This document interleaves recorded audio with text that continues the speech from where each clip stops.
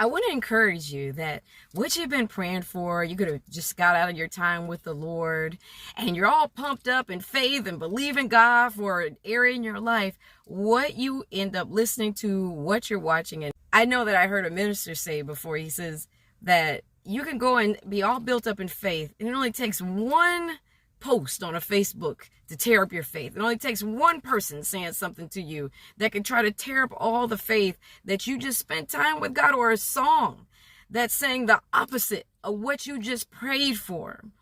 I was looking at a Facebook post. I was on this Facebook channel or page years ago. And I've been believing God to be married, and I thank God for it. I prayed for it, but it was all for singles, this particular Facebook page.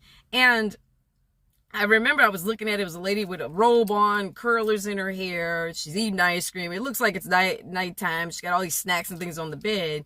And she has her phone in her hand. She sees that somebody's calling, and she picks up the phone, and she's looks at to see who it is. And it's a guy calling her saying what are you doing? And she puts it down basically he's bothering her. And the Lord, he says, I thought you wanted to be married. And I said, I do. He says, well, why are you laughing at that? Why do you think that's funny? And I was like, oh, I'm just thinking as a single person. He says, that what you want?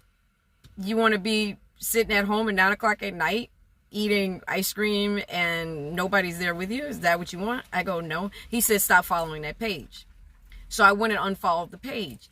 Me just thinking it was funny and laughing at it was actually tearing down my believing to be married.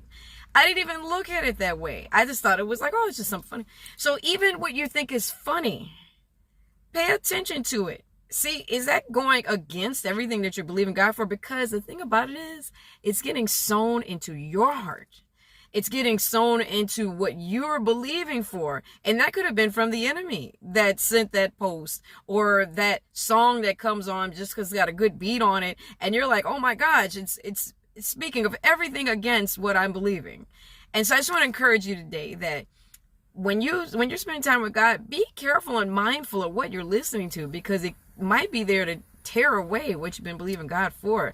And make sure that you're doing it by faith, what you're listening to, and with your ears, what you're hearing, because we want to stay strong and we want to receive the promise of God. You don't want anything to come up and try to tear that away.